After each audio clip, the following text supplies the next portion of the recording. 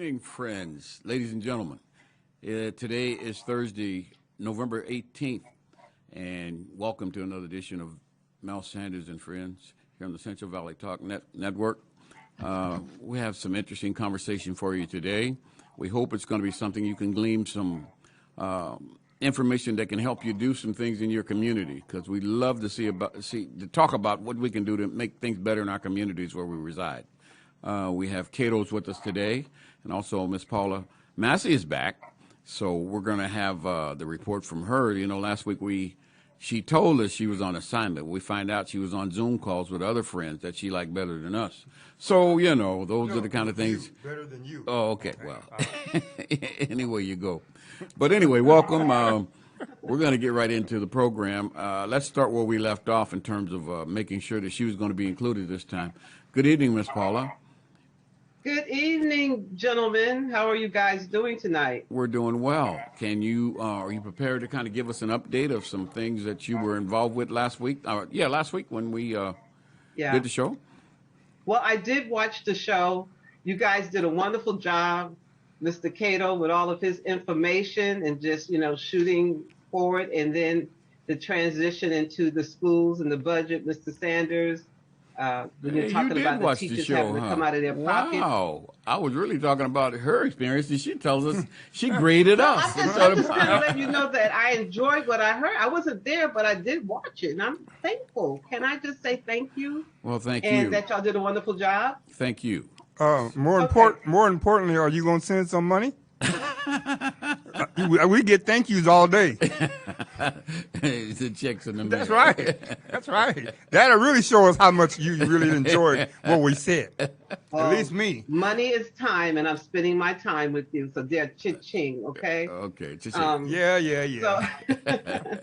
So last week I wasn't here because I was on another Zoom call. Mm-hmm. I've been doing a Zoom call with a group of people I was invited to a few weeks ago. And it's a book club. Mm-hmm. And they're doing the book club on a book called My Grandmother's Hands.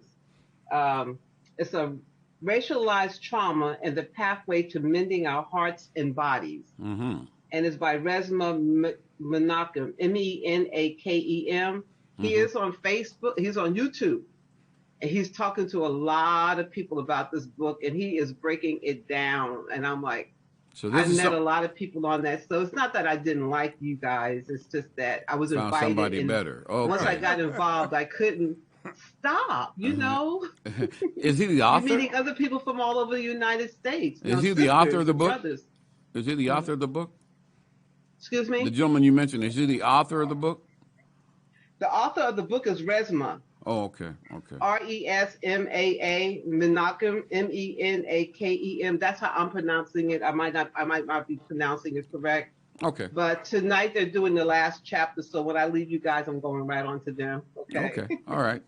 So it's a really good book. As a matter of fact, I ordered it on Amazon, and if you wanted a copy signed by him, you could go to his website and get it to him. Okay. He'll send you a signed copy. But I really enjoyed this. So this is where I've been. Okay. When I wasn't here with you guys. With me, what I'm doing in my community today, I joined our Chamber of Commerce as Paula Massey, my business, Black Canvas Designs. And today they had their first new business luncheon.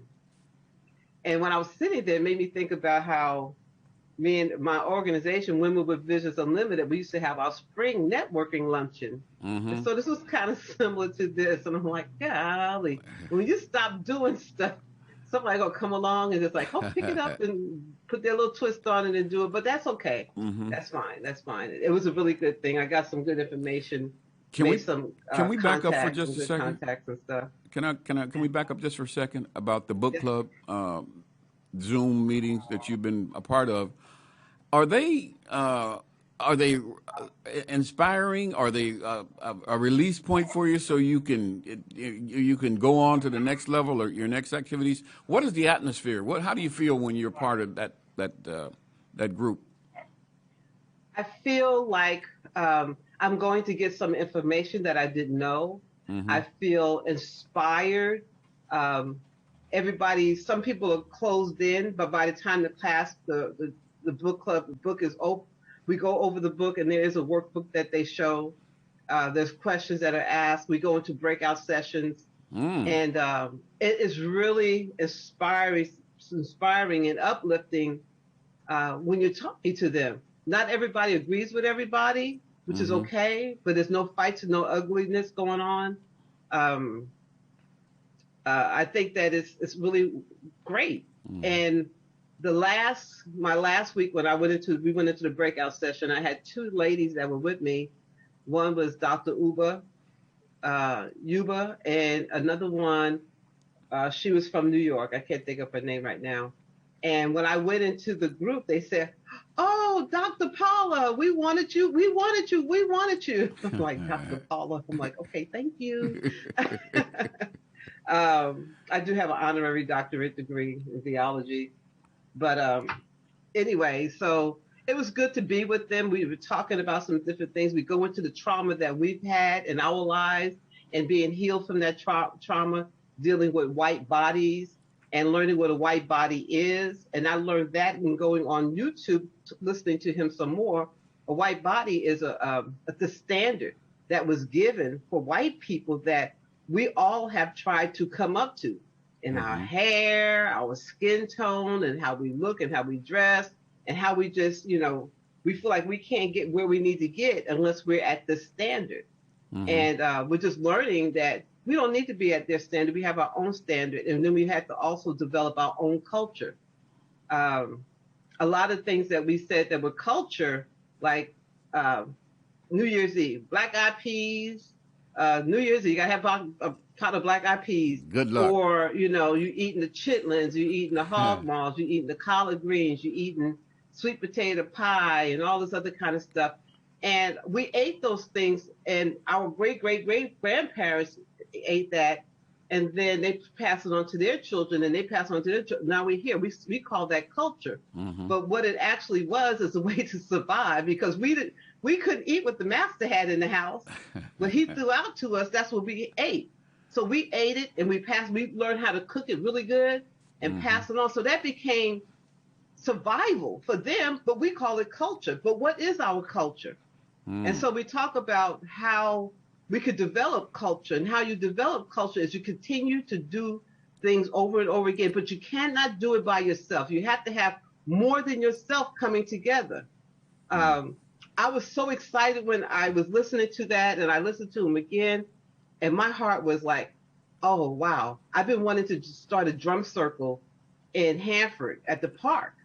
Just having some people just get out there and play my djembe and have people come around and just, listen and see. And then have an audience where you could get up for about 5 minutes and say something powerful, meaningful, or even have somebody come out and do some positive open mic. Mm-hmm. And then people could bring, if they want to bring a tambourine, they want to bring a guitar. We have to have acoustics. It cannot be electric. When you're doing drum circles and stuff like this, stuff needs to be acoustic, like a flute, a trumpet, or a saxophone. You don't need a microphone for that. You don't need a plug for that. Mm-hmm. Mm-hmm. So when you're coming together and you're throwing nuggets out there, that becomes culture when they're looking forward to that. In 2012, me and Carolyn went to my friend Carolyn. We went to New York, and I already had the itinerary, and I knew over at Prospect Park every Sunday at 2:00 they have a drum circle, come rain or shine, hail, sleet, snow, whatever. And I said, I don't care what we're doing, we're going over to that drum circle. And it was huge. It was wonderful. People, they had a circle. They had the sage burning, and people, they were dancing, and everybody under but it doesn't matter what color you were there. Mm-hmm. And it was, I stayed there. I'm sitting there just rocking like, oh yes, this is really, really good. So that's the climate of that drum circle. It brings out, not the drum circle, but the book club.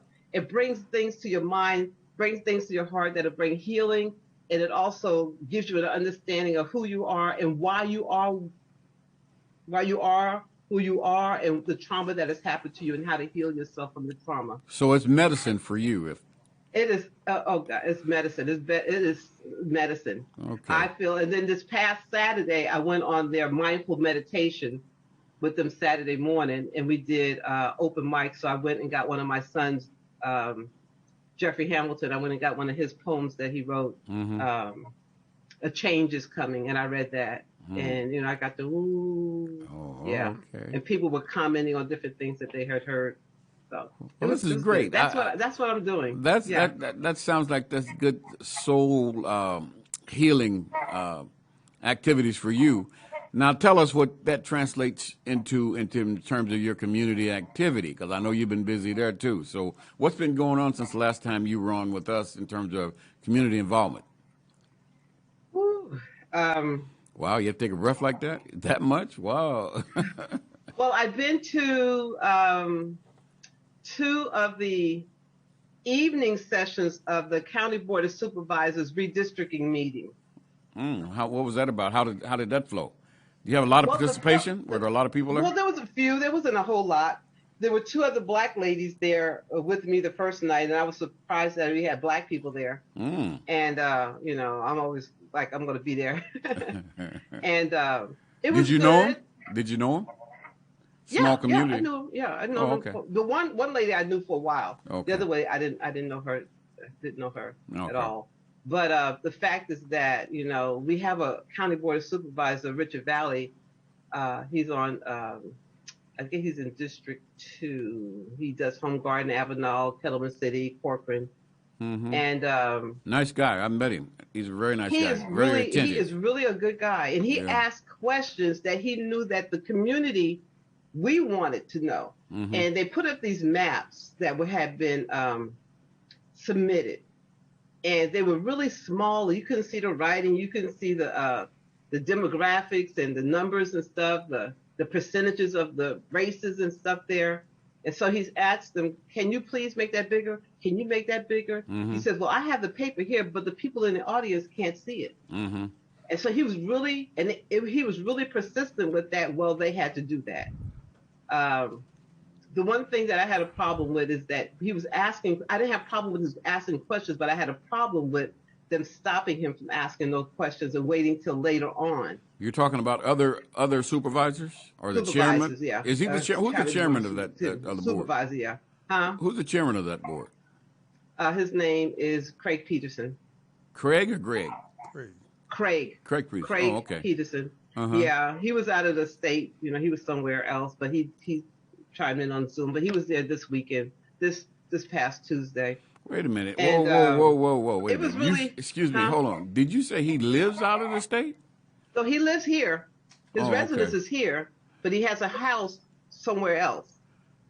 And And he goes there on a regular basis and stuff, hang out. but he was present in person at this last meeting. Yeah, he wasn't present, but Oh, and okay. he was also on the call on Zoom, so you could see him and he could call the meeting to order and all that other kind of stuff. Mm-hmm. But But Paula, Paula, yes. let me ask you, who was interrupting him when he was asking questions? It was the superintendent asked him, and then the people, I can't think of their names, and I don't think I have the agenda. The people who are running, who are talking about the people who look at the maps and talk with the county board of superintendents, supervisors, right? Supervisors, correct. Talk to them about how they can work the maps. Do you want to see anything? So I can't think of the name of the people, but they're the ones who actually a lot of counties hire them in California to do their maps for them. Uh-huh. So the guy who was on the Zoom, he asked him not to ask any more questions until later. Why? They don't like him. Okay, but They don't like the fact that Richard Valley is for the community. Richard Valley, I'll tell you this about him. When I go to the County Board of Supervisors meetings and they have to give their reports at the end, what you've been doing, what meetings that you go to, he is the only one that is out there really serving his community. Okay, but the supervisors in that meeting are the ones who has the highest authority. not the city manager, not the assistant city manager, not anyone who is consulting, which is the people, those people who you were talking about who were on the Zoom meeting and stuff, they're still working under him. So how are they going to be able to tell a supervisor not to ask a question? That wasn't. That's not what she said. She said that the other supervisors did not want this particular supervisor to raise questions to the people who were presenting the map to him and talking about the demographics of the map. They were in a hurry to expedite, so they didn't want him talking. So the other supervisors were the ones who were cutting him off. Right. Yeah. Right. Just That's that not the way I one. understood Nobody it. else said anything, but just that one. But this, except for one other person, he was asking questions because he wanted to keep his seat. He wanted to keep his district. But you know what happened is this meeting here that I was in, it looked like there was going to be a fight because Richard does the right thing. He acknowledges the is it the chairman or the chairman, board chair. The board chair, the supervisor is the board chair. The supervisor chair. He acknowledges them. They call on him, and then he starts asking questions. And then that supervisor who was out of state last time, who cut him off, tried to cut him off this time. And he said, "Oh, no, you can't stop me from talking." "Yeah, I can." "No, you can't. I acknowledge you and you will listen to me. I have a right to talk." So it got heated. It got heated up in there. And I'm like, ooh, there could be a fight. No, I shouldn't have said that. It really was. It really, what Richard did is that there's two maps that we're looking at. And it was map 101, which the gentleman who's presenting to us said that was the best map. It did everything it was supposed to do. Gave us the numbers, didn't crack, didn't bend, didn't do all that other kind of stuff that maps do. And there was another map that came in, map number 113. And so they were looking at 113. A lot of them like, I don't really care about 101, but I like 113. So what Richard did was say, actually, young man, can you pull up map number 113 again? Pull it up like they presented it to us. So they pulled it up. Okay, so he says, everybody see that? Yeah. He said, now pull it up how it was before they presented it to us. Does everybody see that? It's the same map. So that's when it got crazy. Oh, so it sounds like some of the supervisors wanted to go with the old map, and they weren't interested in hearing about new lines being drawn because it may have changed some of their districts. It's going to change. If we go with the map 101, the District 4 that no, not District 4. I'm not sure what district. It might be District 4 that Craig Peterson is in. It'll take it over Home Garden, which is more urban. Garden, Which is a little more urban than what has been in this district in the past. Wouldn't you say? I don't understand your question. Are there more houses and homes close together in the area that would be expanded, that would change for him? What it would do, because he's over in a rural area now, isn't he? It would give him a more Hispanic population. Oh, okay. And that was the area that Richard Valley had. That he did a lot of work in that community. So when you're taking when you're being given this new area that somebody has already been working in and making progress in that area, guess what you have to do? You're going to have to step up to the plate and either do that or even do more. Mm-hmm. And I could see that being a problem. Mm-hmm. I could see that really being a problem, because if I was given something that I've never done before, and now you heaping more stuff on me, I'm gonna have. It's gonna be scary. Was he giving a lot of pushback to the new map? Well, he didn't really give it. I can't say that he was giving any pushback. I know Doug Bavoon, he was giving a little pushback on that. You know what? We have 5 supervisors. 4 of them are farmers. Okay. Richard Valley's from Cork, and he's the only one that's not a farmer. And your point is? These districts want that. We have a lot of farmland here. And a lot of these districts have farmland. They're dealing with farmers. Mm-hmm. So they want to keep that because that's who voted for them. That's what's in there. They want to keep their district. They don't want to lose their district. Mm-hmm. And you know what? I don't blame them for not wanting to lose their district but it's not about them. It's about the community. You need to serve your community. It's also about the census. When numbers change, Exactly. the boundaries have to change. And making sure that we have the right numbers there. Yeah. And we will have, and Richard Valley doesn't have a problem losing out on Home Garden because he's still going to be there and do what he wants to do what he needs to do in that community. Mm-hmm. He's already, he's verbalized that anyway. Mm-hmm. He's made a lot of great progress in that community. Yeah. It's good. What about the city government? That's county. Anything happening in city government, city hall? Man, you know what? I just wish when we have our city council meetings that more people will show up, more people like me that look like me, because decisions are being made that will affect us. Mm-hmm. And that if you're not there, they'll go in and they'll vote on this stuff. And next thing you know, what happened? Where did that come from? Mm-hmm. Today, the meeting I was at, some of the people that talked at this new business workshop, they were the owners of Urban Joy, HERB, Enjoy, with the and sign, ampersand sign, Enjoy is a cannabis store. I kind of thought when you were smiling like that, there must be something funny about this Urban Joy. Oh, okay. Now I see what you mean. Okay. So we have two cannabis places. They're a block away from each other. The big one, the city is not allowing them to put anything in the window. So we got this big old building that used to be a furniture store. They got these white windows, nothing there, just white windows.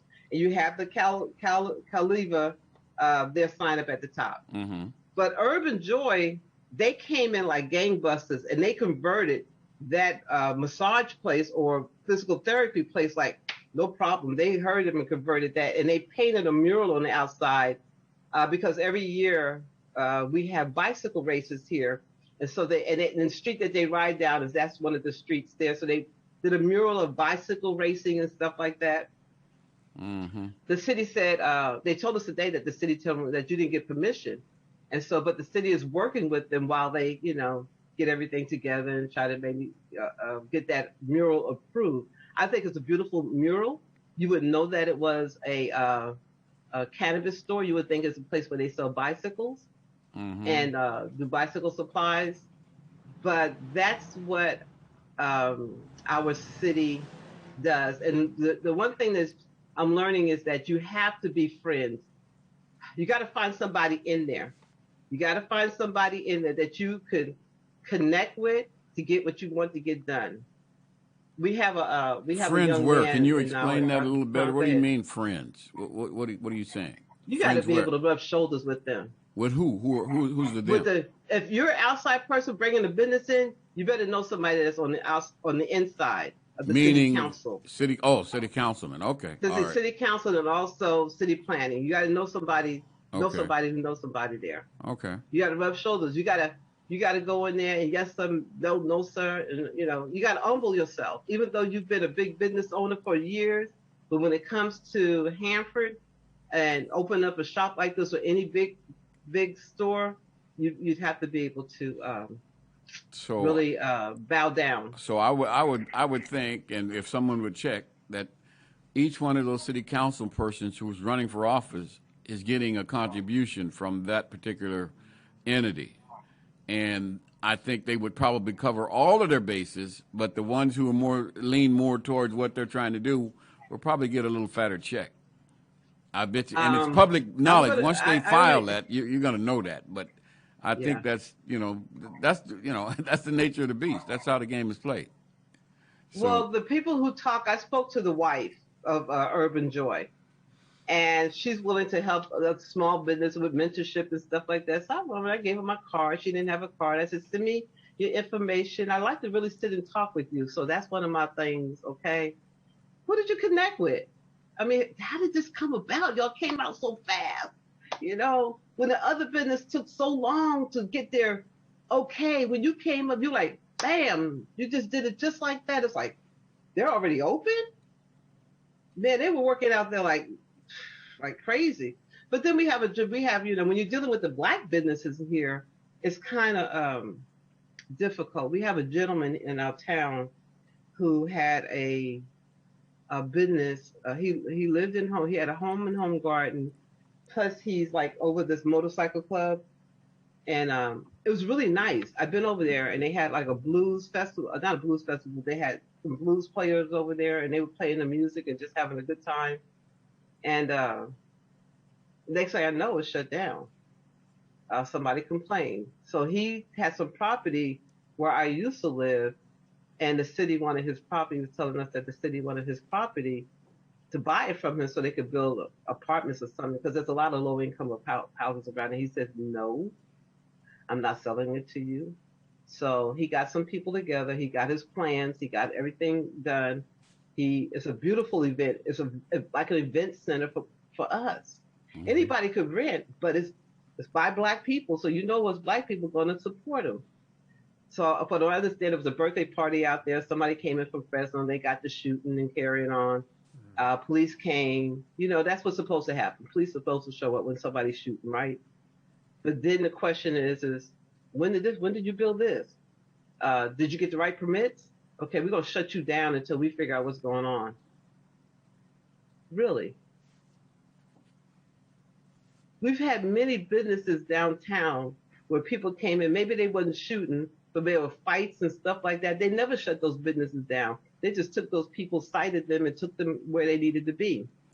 But doesn't they that never go back? shut those businesses down. But doesn't that go back to what you just said earlier about knowing somebody and rubbing shoulders with the right people? Because I think, you know, everything, it's connected to politics. Yeah. So those folks who may have the ability and the talent to do certain things, if you don't have that political connection, your job is going to be extremely hard.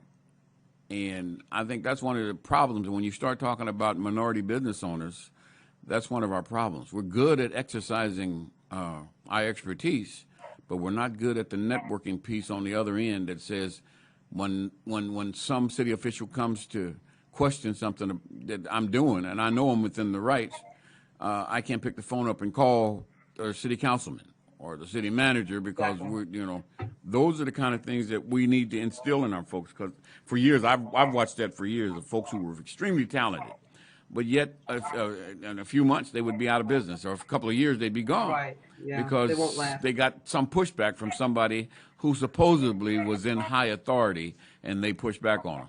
But that's one of our reasons for having this kind of a show, so we can talk about those things. And maybe they didn't hear it from us, but somebody who was listening to us shared it with them, and maybe that opened their eyes up a little different. You're absolutely right, because I'm glad that I had the opportunity to join the chamber, because even out there today, there was the guy who had called me to do the church history of Kings County. He was there, and I thought he was an older man, but he just has an old voice. He's a young guy. Oh, really? So I was able to meet him. Jeff Garner, who's over the KCAO. Slow down. Him and Jeffrey used to work together. Slow down, because you skipped into something there that you hadn't shared before. You said that there's something about the history of the churches or something. What is that about? Oh yeah. I was contacted a few months ago by Jack Swartz. He's the new person over the CEO over the Carnegie Museum here in Hanford, and there was some other people that were doing it. The city, whatever reason, they could kick them out. City owned the property? Huh? Did the city own the property? City owned the property, yeah. Oh, okay. All right. And so when they closed the museum, I thought, oh, please don't let them tear this down, because our city has a history of tearing stuff down. And it upsets me, because if you're not on top of it, you don't have nothing to say once it's done. So anyway, that's okay. Don't make that go there. But anyway, Jack Swartz, and he got a group of people. They formed a nonprofit, and they have oversight of the Carnegie Museum. And so they did the history of the Chinatown, It was a beautiful display. And then they just did the NAS Lemoore. They did their history. That was a very good display. And now they're doing March Banks was a gentleman who did car racing. Uh, I can't think of what it's called. What kind of NASCAR racing here in our area. So they're doing that display. And so they came to me and asked me, will I do the Black history of Kings County? I'm like, ooh, okay. So I'm contacting families, and I hope somebody's watching this. So if you know families that came through Hanford that have a history in Hanford, let us know. Let me know. My name is Paula Massey. Hit me up on Facebook. We could do this.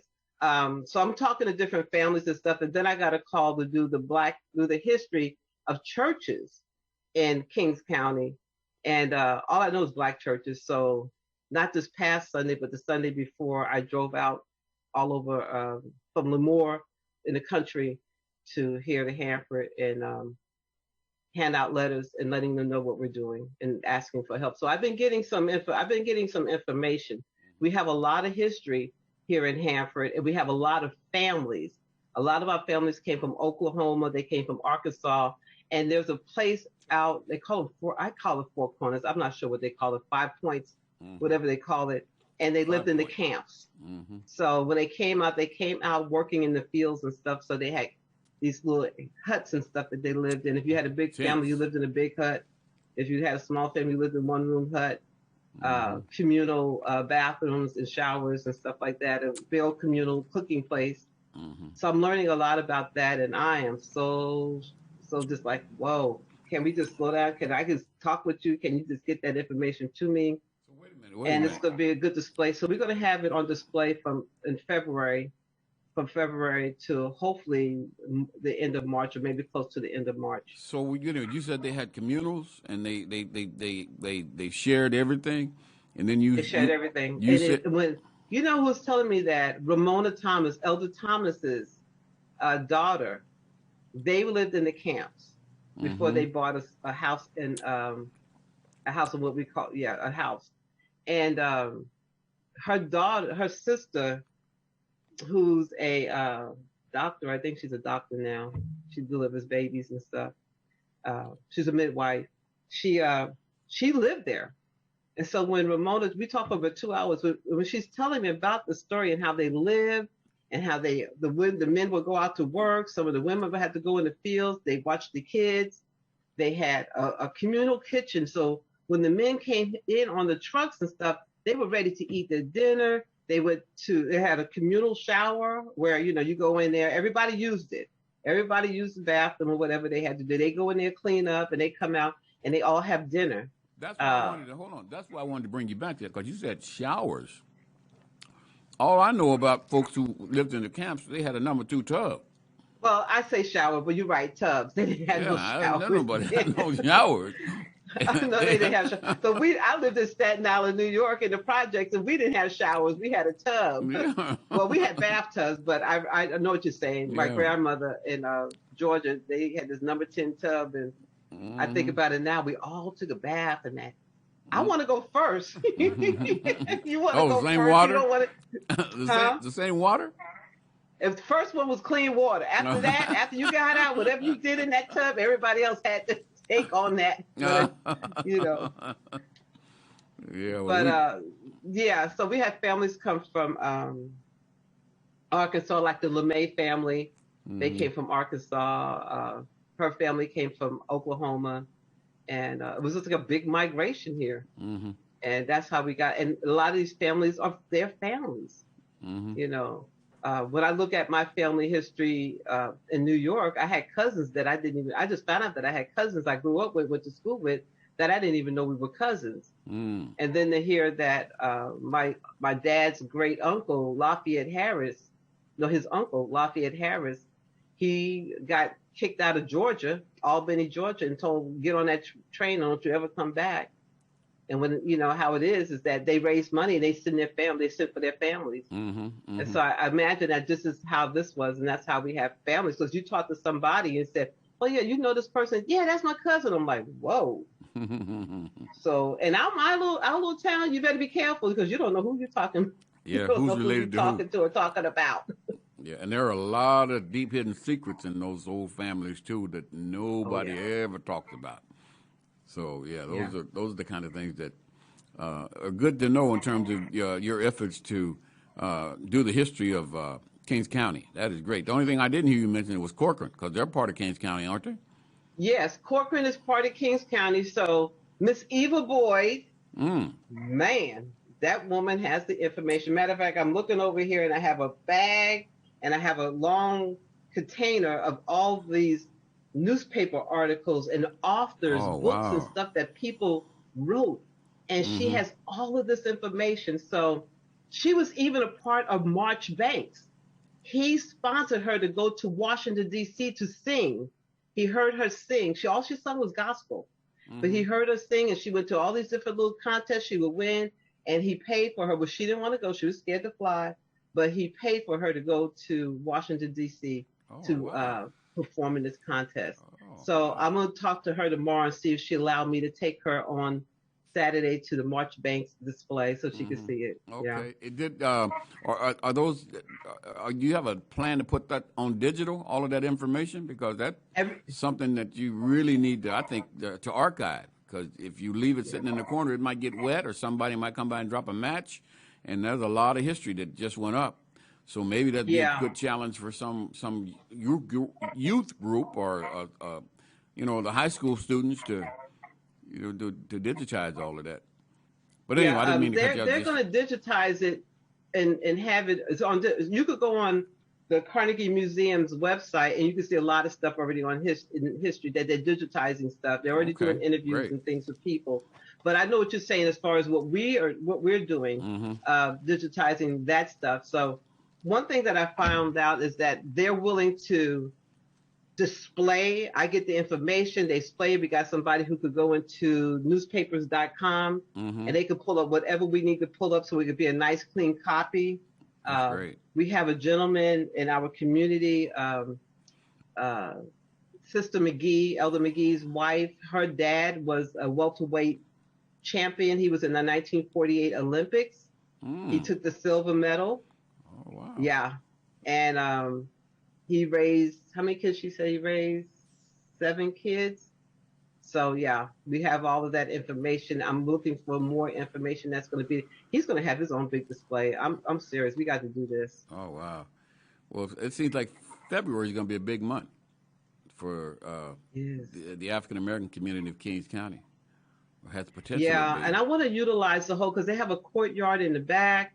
The guy told me today we want to have little activities for the kids to come in, do coloring pages. Carol put together a African American what do you call it? Coloring book she did. So we're going to see go to Staples and see if they can make copies for that.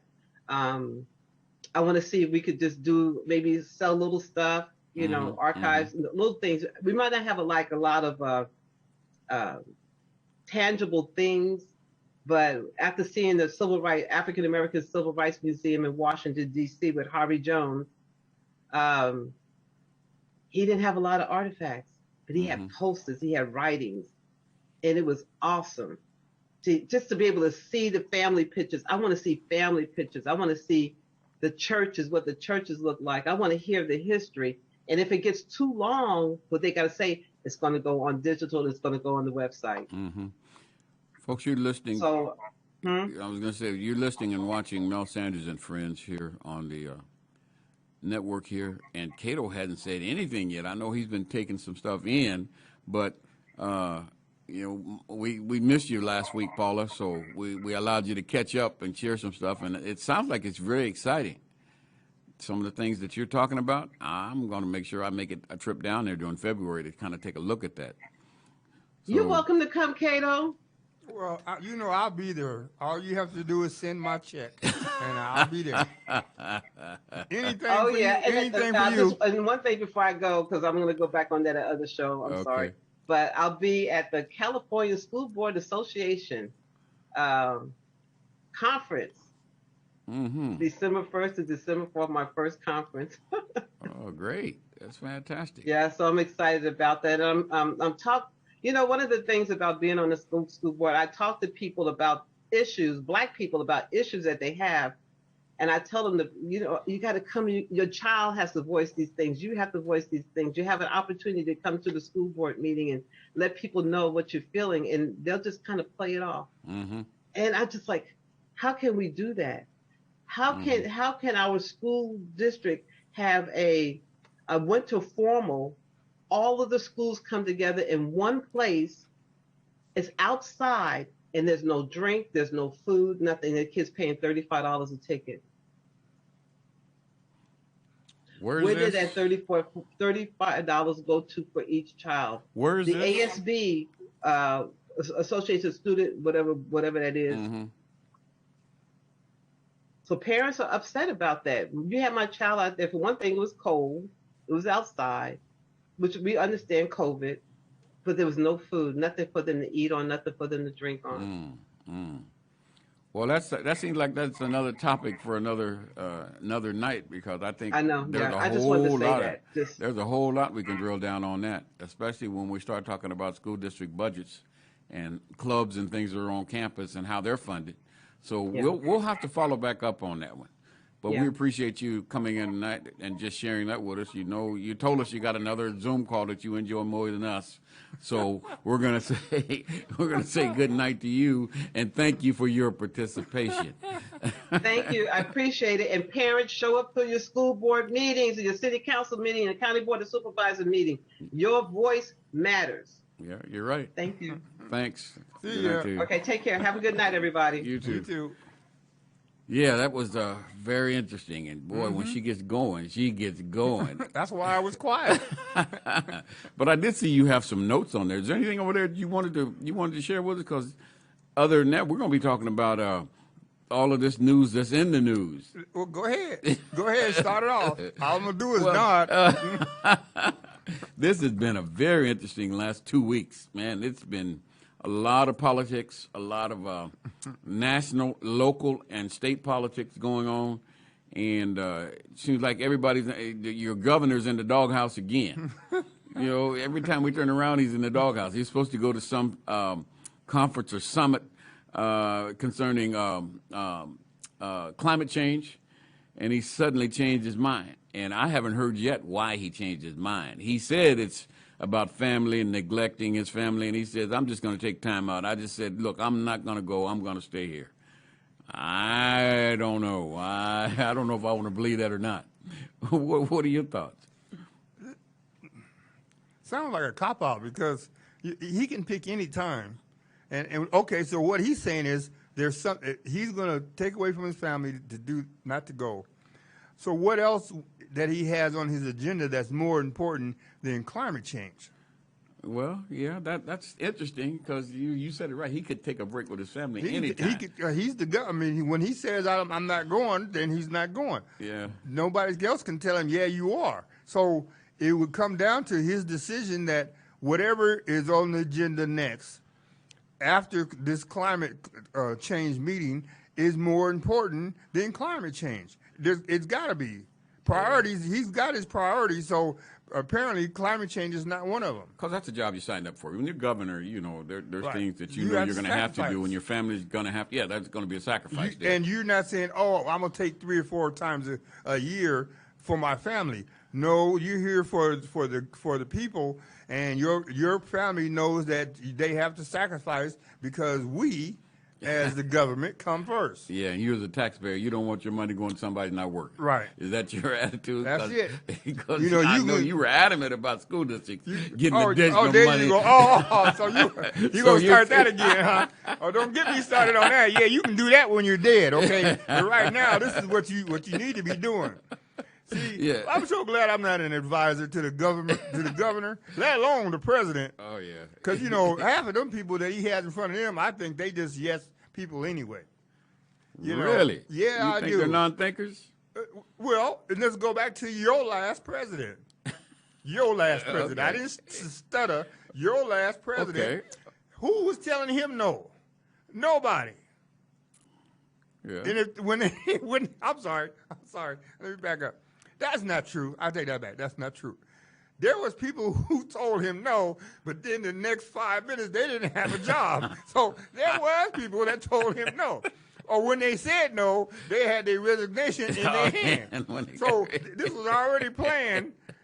So, and the next person they put in place was knowing good and well, wait a minute, the last guy had my job.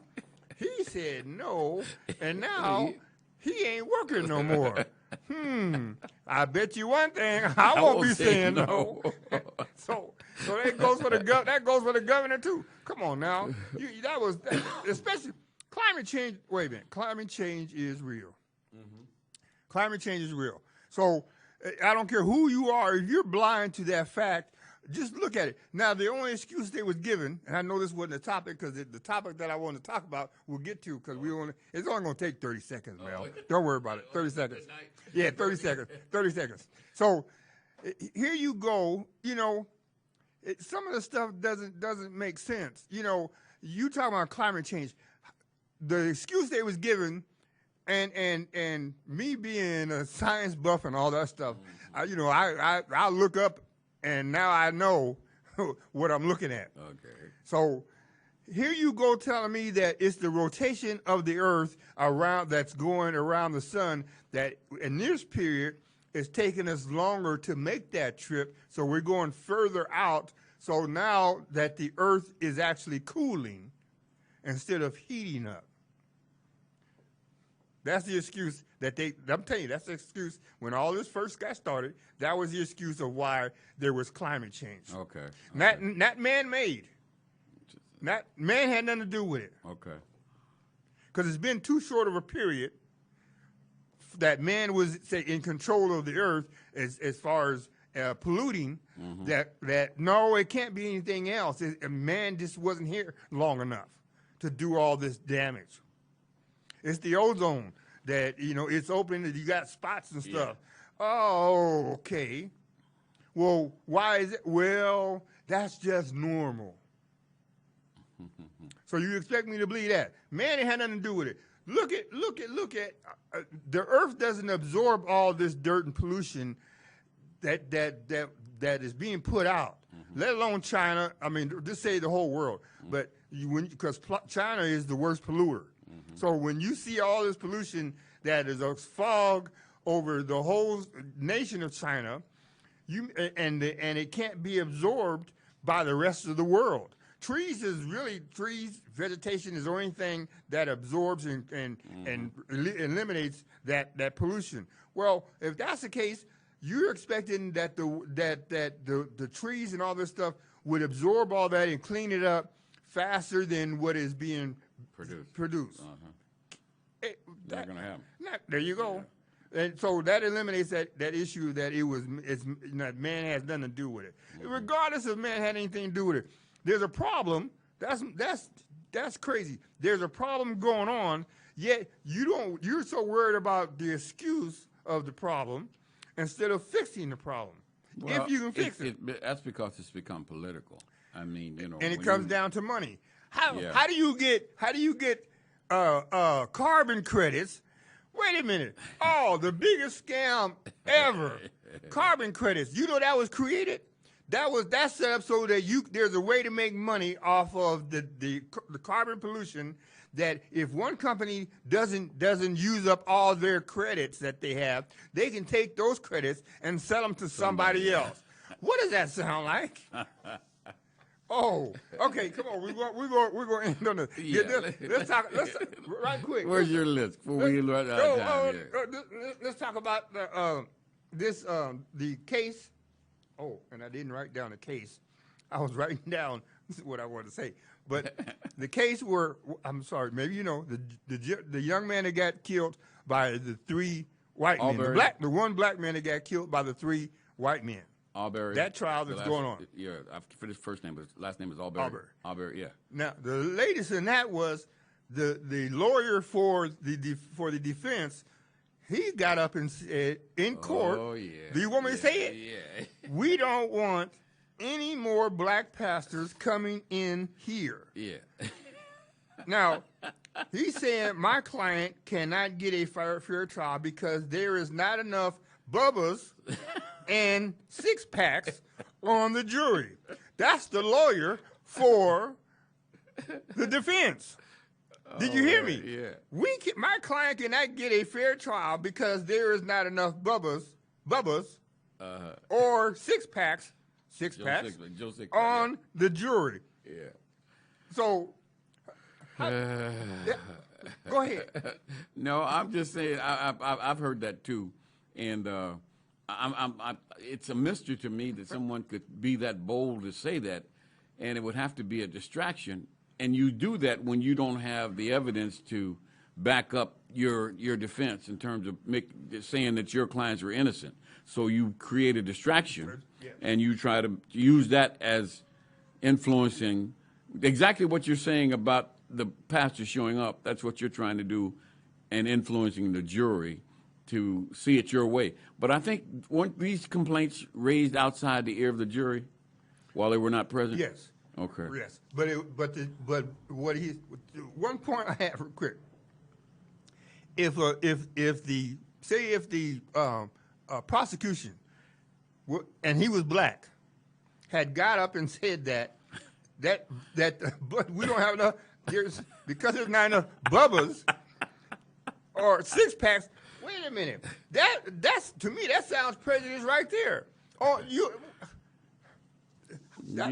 Well, the judge, he read through that. And he did. He said, wait a minute. I saw Reverend Al Sharpton in the courtroom.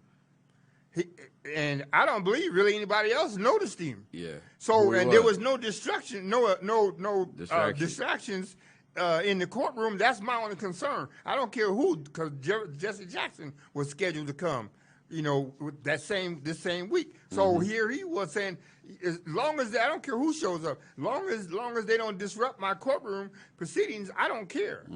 And that is just the defense trying to distract and say, look, we're not going to get a fair trial because we have these black pastors here. Wait a minute, not pastors, black pastors. That was the problem. You're talking about excluding black people. I'm sorry, calm down. Yeah. Kiddo. Calm down, kiddo. It's all right. Yeah, that was interesting to me too when I heard those comments, and it was all over all the media. I mean, even Fox News had it on there, and I was in, whoa, wait a minute, Fox has got it on there too? Oh man! So that was something that I don't know how much impact it'll have in terms of the outcome because, well, tell me this: what do you think the outcome is going to be of this trial? The evidence is showing. Even the owner of the property said, I don't see anything that was missing. So to my knowledge, nothing was taken. And even one of the defendants even admitted that they didn't take any property, so that they didn't know anything was missing. They didn't see anything missing. So here you're trying to say that he was stealing, but you can't say what he stole. And according to the video that was in the camera that was in the construction site, right? Several people came through there, and they weren't all black, right? And yet, their only concern was this the one black man that walked through. You didn't say anything about the other ones. So if he could have stole something, you mean they didn't steal anything? In fact, just because they were white? In fact, I was listening to one of the lawyers were talking about the fact that the concern of the theft was about the foreman. The information was shared with the property owner that he believed the former of the construction crew was the guy that was stealing stealing from him. If anything was missing, it was done by the foreman of the construction crew. So it's I think it's a case of grasping at straws because you have really no case when it comes to why you chose to execute this guy. And I was listening to testimony today, and they were talking about how the gentleman was saying how he tried to get him to stop and ask him what was going on, and the guy didn't want to engage him. He just, he looked at him and he left. And he pulled up a little more in his truck, or he backed up in his truck and tried to do it again. The guy turned around and went the other way. He didn't want to be engaged with this guy because I guess he had a feeling that this wasn't going to be a good situation. So when another truck pulled up, the kid took off and started running. And they cut him off, and he got into a scuffle with the guy, trying to, way it looked on the video, the part that I saw, he grabbed the gun to try to push it away so that he wouldn't get shot. Mm-hmm. And the guy that was holding the gun, oh, no, and he pulled the trigger and pulled it again. So, there was 3 shots fired, and that third shot was the one that just toppled him to the ground. Matter of fact, as he staggered away, he fell flat on his face and scraped his face all up. So, I don't know. I think it's timely because it speaks to what has been happening for a long time that nobody's been talking about. And had it not been for the cameras to really kind of justify or compliment what people have been saying about how there's a segment in our population that still believe that black people are less than human and they should do exactly what we tell them. Like the gentleman said, you stop. When I tell you to stop, you stop. Like slave patrols. Where's your papers and that kind of thing.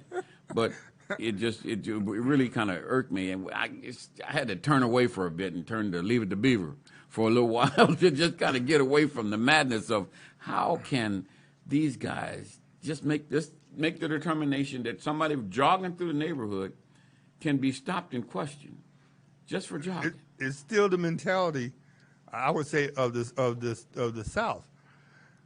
Not just South. Well, it's northern folk, we're just, that same kind of. But we're just saying in that because of that area. Mm-hmm. My niece was in the Navy. Well, she's retired now. But she was working. She had went to go visit a friend, and at this point, I'm not sure where she was, but she was definitely in the South, mm-hmm. Yeah, for sure. They're walking downtown. She's on the sidewalk. And her friend was walking with her. Male friend or female? Female friend. And coming towards them was a couple of white people. As they're coming, my niece's friend stepped off the sidewalk and told my niece, "Come here, you better come here." And my niece, being from California, that wasn't used to that. She's saying, "What's the problem? Come here. You don't understand. Come here." She got her. She came off the sidewalk, and as the white couple walked past her, then they proceeded to get back on the curb.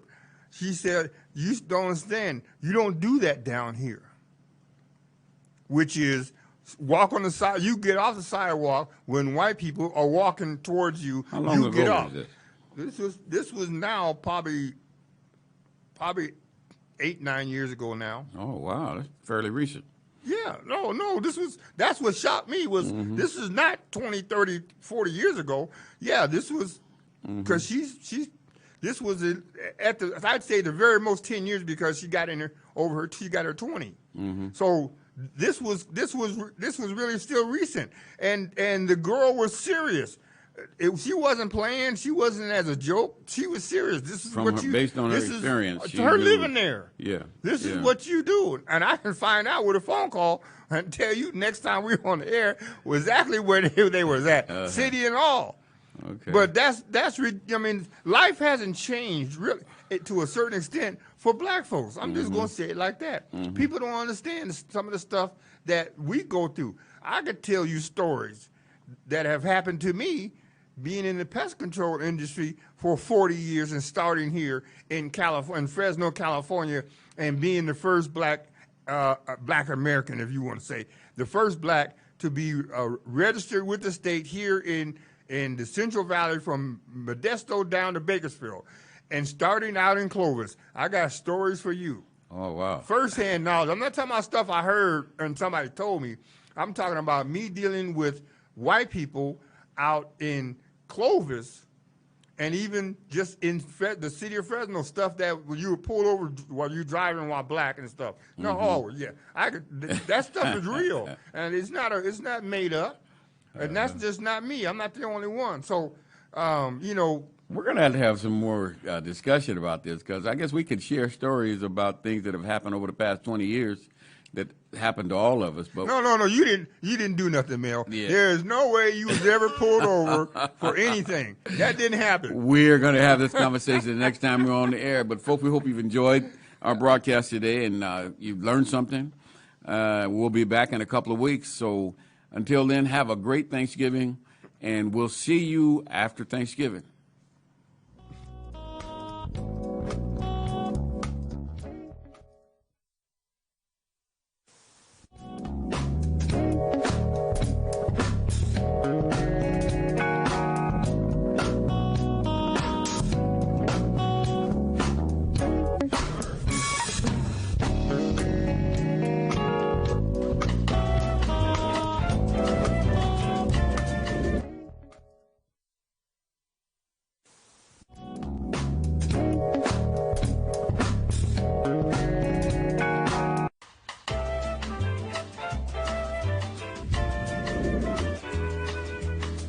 Have dents or dings that need to be removed from your car? Well, look no further. Here at Say Magnifique, we offer paintless dent repair, interior repair, windshield repair, wheel repair, scratch, and automotive touch-ups. A new headlight restoration system guaranteed to never have your headlights dull again. Say Magnifique is a mobile business, and we'll come to you. Reasonable rates guaranteed. Don't hesitate to call 559-704-7525. That's 559-704-7525. Say Magnifique, your one-stop auto body shop.